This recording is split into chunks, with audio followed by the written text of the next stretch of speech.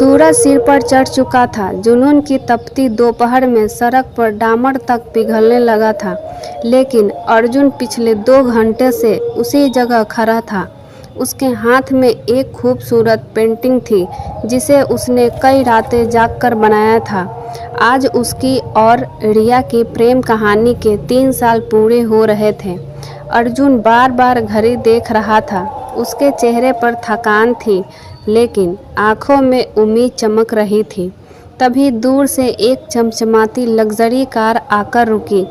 Car का दरवाज़ा खुला और रिया बाहर निकली। महंगे कपड़े, हाथ में महंगा पर्स और चेहरे पर घमंड साफ दिखाई दे रहा था। अर्जुन मुस्कुराया। रिया, देखो मैं तुम्हारे लिए क्या लाया हूँ। उसने प्यार से पेंटिंग आगे बढ़ाई। रिया ने पेंटिंग पर एक नज़र डाली और फिर हंस पड़ी। ये क्या है? मैं खुद बनाई है, हमारी यादों की पेंटिंग। रिया का चेहरा अचानक बदल गया। अर्जुन, क्या तुम्हें यह सच में लगता है कि मुझे इस बेकार कागज़ की ज़रूरत है? अर्जुन का दिल बैठ गया। रिया, और ये हालत क्या बना रखी है? तुम्हारी इस पुरानी साइकिल की कीमत से ज़्यादा तो मेरे कुत्ते का कॉलर है। इतने से कार से विक्रम बाहर निकला। विक्रम शहर के सबसे बड़े बिल्डर का बेटा था। उसने अर्जुन को ऊपर से नीचे तक देखा और मुस्कुराया। रिया, तुम अब भी इससे मिलती हो? रिया ने अर्जुन की तरफ देखा। नहीं विक्रम, आज आखिरी बार। अर्जुन की पैरों तले ज़मीन खिसक गई।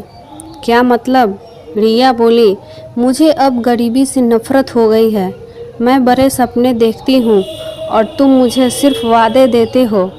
रिया, मैं मेहनत कर रहा हूँ, एक दिन सब बदल जाएगा। रिया हंस पड़ी। तुम बदलोगे? अर्जुन, अपनी औकात पहचानो। तुम एक साधारण इंसान हो और हमेशा साधारण ही रहोगे। यह कहकर उसने अर्जुन के हाथ से पेंटिंग छीनी और सड़क किनारे कीचड़ में फेंक दी। अर्जुन की आंखों से आंसू बह निकले। रिया, मत जाओ। लेकिन रिया विक्रम के साथ कार में बैठ गई। कार धूल उड़ाती हुई दूर निकल गई। अर्जुन वहीं खड़ा रह गया। उसके सामने उसकी मोहब्बत और उसका आत्मसम्मान सब एक साथ टूट चुके थे। वह देर शाम घर पहुंचा। घर क्या था, बस एक टूटा फूटा मकान। बरसात में छत टपकती थी। सरस्वती देवी बेटे का चेहरा देखते ही समझ गई कि कुछ बड़ा हुआ है। क्या हुआ बेटा? अर्जुन माँ की गोद में सिर रखकर रो पड़ा। माँ, लोग गरीब का सम्मान नहीं करते। सरस्वती देवी के आंखें भर आई, लेकिन उन्होंने खुद को संभाला। उसी समय अर्जुन की छोटी बहन पूजा अंदर आई। उसके हाथ में एक छोटी सी गुल्लक थी। भैया, ये लो। अर्जुन ने आश्चर्य से पूछा, ये क्या है? मेरी सारी बचत कई सालों से जमा कर रही थी। नहीं पूजा, ले लीजिए भैया। आप लखनऊ जाइए, बड़ी कोचिंग में पढ़िए, आप अफसर बनेंगे। सरस्वती देवी अंदर गई और एक पुराना डिब्बा लेकर लौटी। उसमें उनका आखिरी सोने का कंगन था। बेटा, मेरे पास देने के लिए अब यही बचा है। अर्जुन चौंक गया। माँ, ये नहीं। ले लो। एक माँ बेटे का भविष्य बेच नहीं रही है, खरीद रही है। अर्जुन रो पड़ा। सरस्वती देवी ने उसका माथा चूमा। याद रखना बेटा, गरीब पैदा होना पाप नहीं है, लेकिन हार मान लेना सबसे बड़ा अपराध है। उस रात अर्जुन ने फैसला कर लिया। अब उसकी ज़िंदगी का सिर्फ एक लक्ष्य था, सफलता। ऐसी सफलता की दुनिया उनकी पहचान से पहले उनका नाम जाने। अगले ही सप्ताह वह लखनऊ चला गया। नई जगह, नया संघर्ष, नया सपना, और दिल में गूंजते सिर्फ एक ही शब्द, अपनी औकात पहचानो। उसे नहीं पता था कि यही शब्द एक दिन उसकी सबसे बड़ी ताकत बन जाएगी। लखनऊ पहुँचे अर्जुन को भी अभी कुछ ही दिन हुए थे, लेकिन उसे समझ आ रहा था कि यहाँ सफलता किसी को मुफ्त में नहीं मिलती। शहर की चमक दमक के पीछे हजारों सपने हर रोज़ संघर्ष कर रहे थे। अर्जुन ने एक छोटे से कमरे में किराए पर रहना शुरू किया। कमरे में एक पुराना पंखा था जो गर्मी से राहत कम और आवाज़ ज़्यादा करता था। एक टूटी मेज, एक कुर्सी और कुछ किताबें ही उसकी दुनिया बन गई थी। दिन में वह लाइब्रेरी में पढ़ता और रात को एक चाय की दुकान पर काम करता ताकि अपने खर्चा निकाल सके। कई बार ऐसा होता कि पूरे दिन में सिर्फ एक वक्त का खाना नसीब होता, लेकिन जब भी वह थकता उसे रिया के शब्द याद आते, अपनी औकात पहचानो। वही शब्द उसके भीतर आग की तरह जलने लगते। समय बीतता गया। 1 साल, 2 साल, 3 साल। उसके कई दोस्त बीच रास्ते में हार मान गए। कुछ ने नौकरी कर ली, कुछ घर लौट गए, लेकिन अर्जुन नहीं रुका। वह जानता था कि अब पीछे लौटने का कोई रास्ता नहीं है। उधर गांव में सरस्वती देवी और पूजा की संघर्ष कर रही थी। माँ घरों में सिलाई का काम करती, पूजा बच्चों को ट्यूशन पढ़ाती। दोनों हर महीने कुछ पैसे अर्जुन को भेज देती। अर्जुन को जब भी पैसे मिलते उसकी आंखें भर आती। उसे पता था कि उन पैसों से माँ की अधूरी ज़रूरतें और बहन की त्याग छिपे हैं। एक रात वह लाइब्रेरी से लौट रहा था। ठंड बहुत ज़्यादा थी, सड़क लगभग खाली थी, लेकिन अर्जुन हमेशा की तरह स्ट्रीट लाइट के नीचे बैठकर पढ़ने लगा। तभी एक बुजुर्ग चौकीदार ने पूछा, बेटा इतनी मेहनत क्यों करता है? अर्जुन मुस्कुराया, क्योंकि मेरे सपने बहुत बड़े हैं। बुजुर्ग ने कहा, सपने बड़े नहीं होते बेटे, उन्हें पूरा करने वाला इंसान बड़ा होता है। यह बात अर्जुन के दिल में उतर गई। दिन रात की मेहनत जारी रही। फिर वह एक दिन जिसका उसे वर्षों से इंतजार था, यूपीएससी की प्रारंभिक परीक्षा केंद्र के बाहर हजारों उम्मीदवार खड़े थे। किसी के चेहरे पर आत्मविश्वास था, किसी के चेहरे पर डर, लेकिन अर्जुन शांत था। उसे अपनी मेहनत पर भरोसा था। पहला चरण पार हुआ, फिर मुख्य परीक्षा, फिर इंटरव्यू। हर पड़ाव कठिन था, लेकिन अर्जुन लगातार आगे बढ़ता गया। आखिर वह दिन भी आया जिसका सपना उसने टूटे हुए दिल के साथ देखा था। यूपीएससी का रिजल्ट घोषित होने वाला था। सुबह से ही उसका दिल तेजी से धड़क रहा था, हाथ काँप रहे थे। उधर गांव में सरस्वती देवी मंदिर में बैठी प्रार्थना कर रही थी। पूजा बार बार मोबाइल देख रही थी। अचानक वेबसाइट खुली। अर्जुन ने कांपते हाथों से अपना रोल नंबर खोजा। कुछ सेकंड बाद उसकी आंखें फैल गई, उसकी होठें कांपने लगी, आंखों से आंसू बह निकले। उसने तुरंत माँ को फ़ोन लगाया। माँ, हाँ बेटा, रिजल्ट आया क्या? कुछ क्षण तक अर्जुन कुछ बोल नहीं पाया, फिर भर्राई आवाज़ में बोला, माँ, आपका बेटा सफल हो गया। सरस्वती देवी की आंखों से आंसू बहने लगे। सच कह रहा है ना बेटा? माँ, मैं सिर्फ पास नहीं हुआ हूँ तो माँ, मेरी ऑल इंडिया रैंक 1 आई है। फ़ोन के दूसरी तरफ कुछ पल के लिए सन्नाटा छा गया, फिर रोने की आवाज़ आने लगी। वो खुशी के आंसू थे। पूजा उछल पड़ी। पूरा गांव इकट्ठा हो गया। लोग मिठाइयाँ बांटने लगे। जो लोग कभी अर्जुन को गरीब कहकर ताना मारते थे, वही आज उसे गर्व से उसका नाम ले रहे थे। कुछ महीनों बाद प्रशिक्षण पूरा हुआ। अर्जुन प्रताप अब एक आईपीएस अधिकारी बन चुका था। उसकी पहली पोस्टिंग एक बड़े जिले में अधिकारी के रूप में हुई। वह जब सरकारी बंगले में पहुंचा तो उसके सामने लाल बत्ती वाली गाड़ी खड़ी थी। गार्ड सलामी दे रहे थे। अधिकारी उसका स्वागत कर रहा था, लेकिन अर्जुन के मन में कोई घमंड नहीं था। उसे अपनी पुरानी साइकिल याद आई थी। उसे अपनी माँ का कंगन याद आया था। उसे पूजा की गुल्लक याद आया था, और उसे वह दिन भी याद आया था जब किसी ने उसकी पेंटिंग कीचड़ में फेंक दी थी। उधर दूसरी तरफ रिया और विक्रम की ज़िंदगी अलग दिशा में जा रही थी। विक्रम अब एक बड़ा बिल्डर बन चुका था।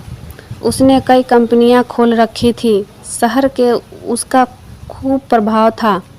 रिया को लगता था कि उसने ज़िंदगी की सबसे सही पसंद की है, लेकिन उसे पता नहीं था कि विक्रम की चमकदार दुनिया की नींव बेईमानी पर टिकी हुई है। एक दिन विक्रम के ऑफिस में अफरा तफरी मच गई। उसका सबसे बड़ा प्रोजेक्ट अचानक रुक गया। करोड़ों रुपए दावा पर लगे थे। विक्रम उससे गुस्से से चिल्लाया, आखिर हुआ क्या है? एक कर्मचारी घबराते हुए बोला, सर, नए जिला अधिकारी ने फाइल पर हस्ताक्षर करने से मना कर दिया। कौन जिला अधिकारी? सर, नए डीएम बहुत ईमानदार है, किसी की सिफारिश नहीं मानते। विक्रम हंसा।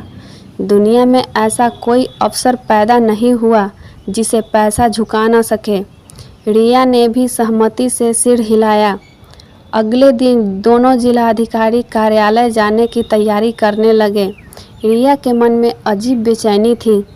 पता नहीं क्यों उसे लग रहा था कि किस्मत कोई बड़ा खेल खेलने वाली है, लेकिन उसे नहीं पता था कि अगले कुछ घंटों में उसकी पूरी दुनिया बदलने वाली है। जिस लड़के को उसने कभी गरीब कहकर ठुकराया था, जिसकी पेंटिंग उसने कीचड़ में फेंक दी थी, जिसके सपने का मजाक उड़ाया था, वही अब कुर्सी पर बैठा था। वहाँ से कानून बोलता है और अब समय आने वाला था उस मुलाकात का जो 5 साल से अधूरी थी। अगले दिन सुबह जिला अधिकारी कार्यालय के बाहर हमेशा की तरह लोगों की लंबी कतार लगी हुई थी। कोई अपने ज़मीन के लिए आया था, कोई पेंशन के लिए, कोई न्याय की उम्मीद लेकर आया था। इसी बीच एक काली लग्जरी कार आकर रुकी। उसमें से विक्रम और रिया बाहर उतरे। उनके चेहरे पर हमेशा वाला घमंड तो था, लेकिन आज थोड़ी बेचैनी भी थी। विक्रम सीधे मुख्य द्वार की तरफ बढ़ा। हटो, हमें डीएम साहब से मिलना है। सुरक्षा गार्ड ने विनम्रता से कहा, सर, बिना अपॉइंटमेंट के अंदर जाना मना है। विक्रम मुस्कुराया, तुम शायद जानते नहीं हो कि मैं कौन हूँ। गार्ड कुछ कह पाता उससे पहले अंदर से आदेश आया, उन्हें अंदर भेज दीजिए। दोनों जिलाधिकारी के कक्ष की ओर बढ़ने लगे। रिया का दिल तेजी से धड़क रहा था। उसे समझ नहीं आ रहा था कि आखिर इतनी घबराहट क्यों हो रही है। दरवाज़ा खुला। कमरे के अंदर जिलाधिकारी अपनी कुर्सी पर बैठे फाइल देख रहे थे। जैसे ही उन्होंने सिर उठाया, रिया और विक्रम दोनों के कदम वहीं रुक गए। उनकी आंखें फैल गई। सामने अर्जुन बैठा था, वही अर्जुन, लेकिन अब उसकी पहचान बदल चुकी थी। सादा कपड़े पहनने वाला लड़का आज जिले का सबसे बड़ा अधिकारी था। कमरे में कुछ पल के लिए सन्नाटा छा गया। सबसे पहले अर्जुन ने ही बात शुरू की, बैठिए। रिया की आवाज़ कांप रही थी। अर्जुन। अर्जुन मुस्कुराया। हाँ, वही अर्जुन जिसे कभी अपनी औकात पहचानने की सलाह दी थी। विक्रम ने स्थिति संभालने की कोशिश की। उसने मेज पर एक महंगा गिफ्ट बॉक्स रख दिया। सर, हम आपके सामने में एक छोटा सा उपहार लाए हैं। अर्जुन ने बॉक्स की तरफ देखा, फिर शांत स्वर में बोला, इसमें क्या है? कहीं इसमें कोई ऐसी चीज़ तो नहीं है जिसके बाद कीचड़ में फेंक दिया जाए? रिया शर्म से सिर झुक गई। विक्रम समझ गया कि अर्जुन अब याद रखे हुए हैं, लेकिन वह अब भी अपने पैरों और प्रभाव पर भरोसा कर रहा है। उसने धीरे से कहा, सर, बस हमारे प्रोजेक्ट की फाइल क्लियर कर दीजिए, बाकी सब हम संभाल लेंगे। अर्जुन ने फाइल खोली, कुछ पन्ने पलटे, फिर बोले, तुम्हें सच में लगता है कि कानून पैसों से खरीदा जा सकता है? तभी एक अधिकारी अंदर आया। सर, जांच रिपोर्ट पूरी तरह हो चुकी है। क्या निकला? सर, विक्रम की कंपनियां ने किसानों की ज़मीन फर्जी दस्तावेज के लिए हथियाई गई है। करोड़ों रुपए की टैक्स चोरी और कई अवैध लेन देन भी मिले हैं। विक्रम का चेहरा पीला पड़ गया। यह झूठ है, अधिकारी ने कहा। हमारे पास सारे सबूत मौजूद है। विक्रम घबरा गया। अर्जुन, तुम बदला ले रहे हो? अर्जुन अपनी कुर्सी से उठा। अगर मैं बदला लेना चाहता तो शायद आज इस कुर्सी के लायक नहीं होता। मैं सिर्फ कानून का पालन कर रहा हूँ। उसने अधिकारियों की तरफ देखा। कानूनी प्रक्रिया शुरू की जाए। कुछ ही क्षणों बाद पुलिस अंदर आई। विक्रम को गिरफ्तार कर लिया गया। पहली बार उसकी आंखों में डर दिखाई दे रहा था। वह चिल्लाया, तुम नहीं जानते हो मेरे कितने बड़े संबंध हैं।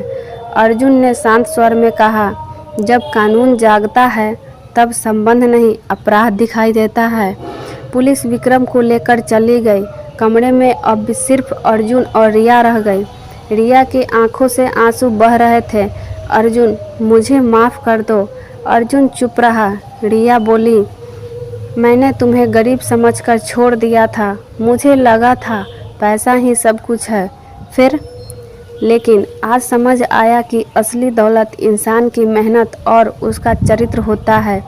अर्जुन कुछ पल उसे देखता रहा, फिर बोला, रिया, अगर तुमने सिर्फ मेरा दिल तोड़ा होता तो शायद मैं तुम्हें माफ़ कर देता। रिया रोने लगी। मुझे अपनी गलती का एहसास है। उस दिन तुमने सिर्फ मुझे नहीं ठुकराया था, तुमने मेरी माँ के संघर्ष का मजाक उड़ाया था, मेरी बहन के सपनों का मजाक उड़ाया था। रिया के पास कोई जवाब नहीं था। वह सिर झुकाकर चली गई। कुछ महीने बीत गए। विक्रम की अवैध संपत्ति जब्त हो गई। कई परियोजनाएं बंद कर दी गई। किसानों को उनकी ज़मीन वापस मिलने लगी। फिर पूरा जिला अर्जुन की ईमानदारी की चर्चा करने लगा। एक दिन अर्जुन गांव लौटा। सड़क के दोनों तरफ लोगों की भीड़ लगी हुई थी। हर कोई उसका स्वागत कर रहा था। सरस्वती देवी के आंखों में खुशी के आंसू थे। बेटा, तूने मेरा सपना पूरा कर दिया। अर्जुन ने माँ के चरण छुए।